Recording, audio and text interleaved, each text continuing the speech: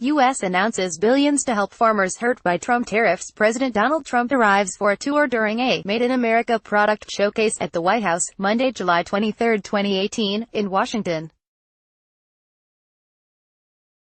AP photo, Evan Vucci, Washington, AP. The Trump administration announced Tuesday it will provide $12 billion in emergency relief to ease the pain of American farmers slammed by President Donald Trump's escalating trade disputes with China and other countries. However, some farm state Republicans quickly dismissed the plan, declaring that farmers want markets for their crops, not payoffs for lost sales and lower prices. The Agriculture Department said it would tap an existing program to provide billions in direct payments to farmers and ranchers hurt by foreign retaliation to Trump's tariffs.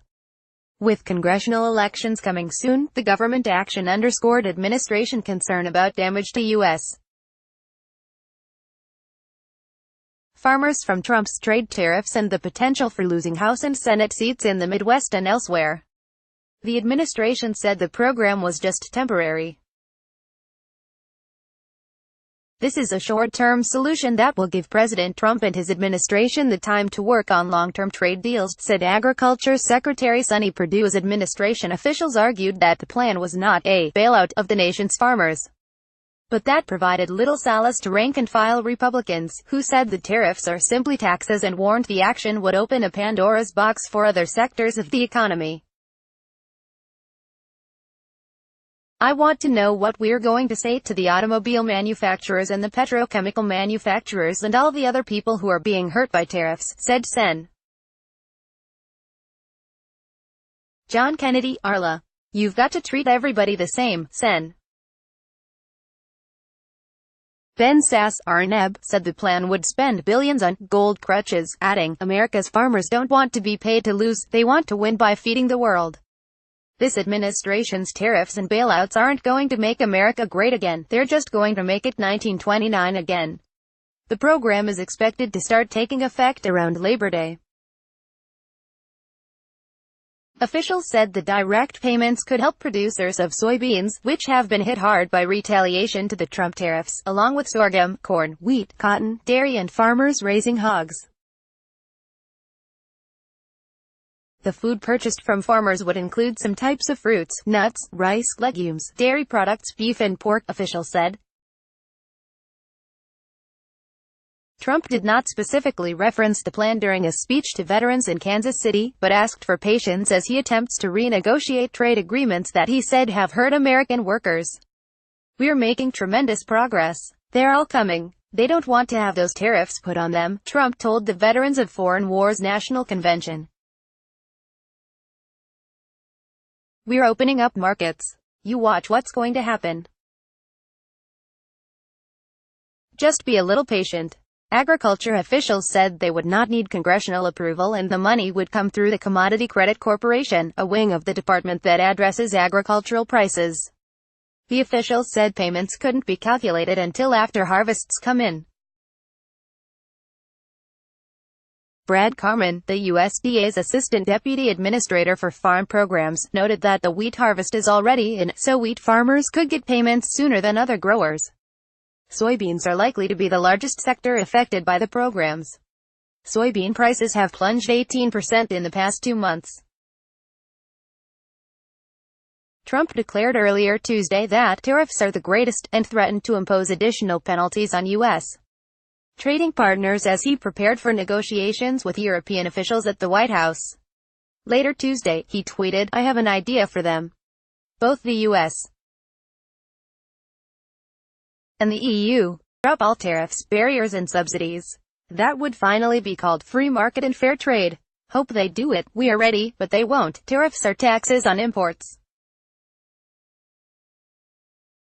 They are meant to protect domestic businesses and put foreign competitors at a disadvantage. But the taxes also exact a toll on U.S. businesses and consumers, which pay more for imported products.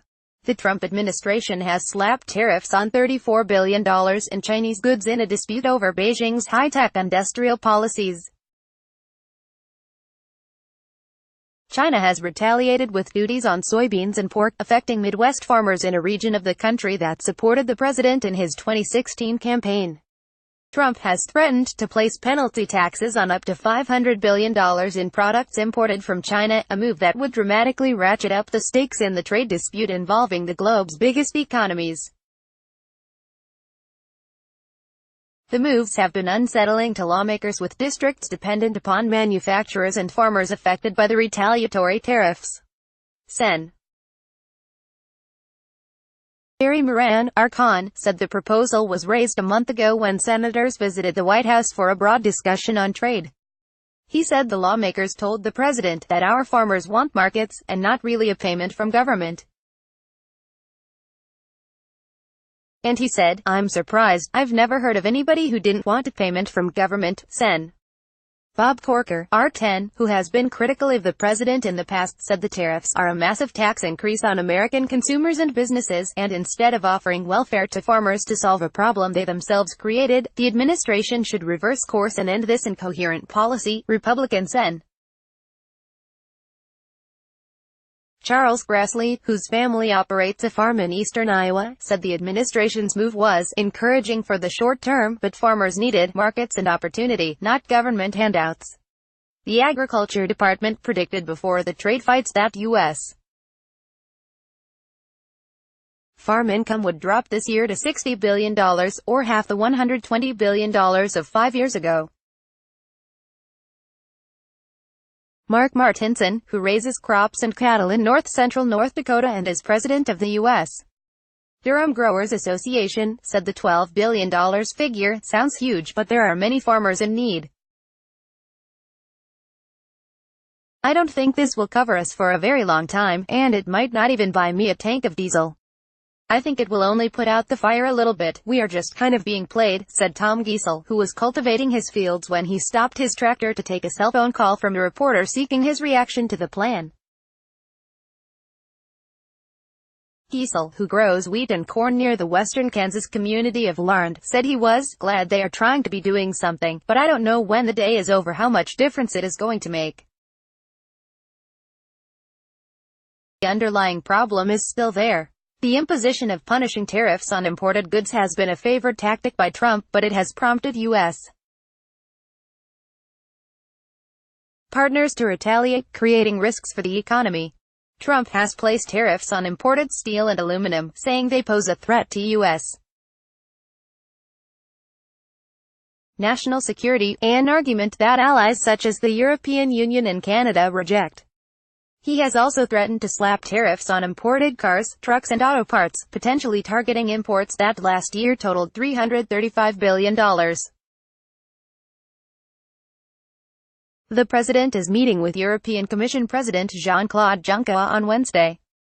The U.S. and its European allies are meeting as the dispute threatens to spread to automobile production. Associated Press writers Jill Colvin, Kevin Frecking and Matthew Daly in Washington, James McPherson in Bismarck, North Dakota, and Roxana Hiegman in Wichita, Kansas, contributed. On Twitter, follow Ken Thomas at https://twitter.com/KenThomas. Copyright 2018 The Associated Press. All rights reserved. This material may not be published, broadcast, written or redistributed.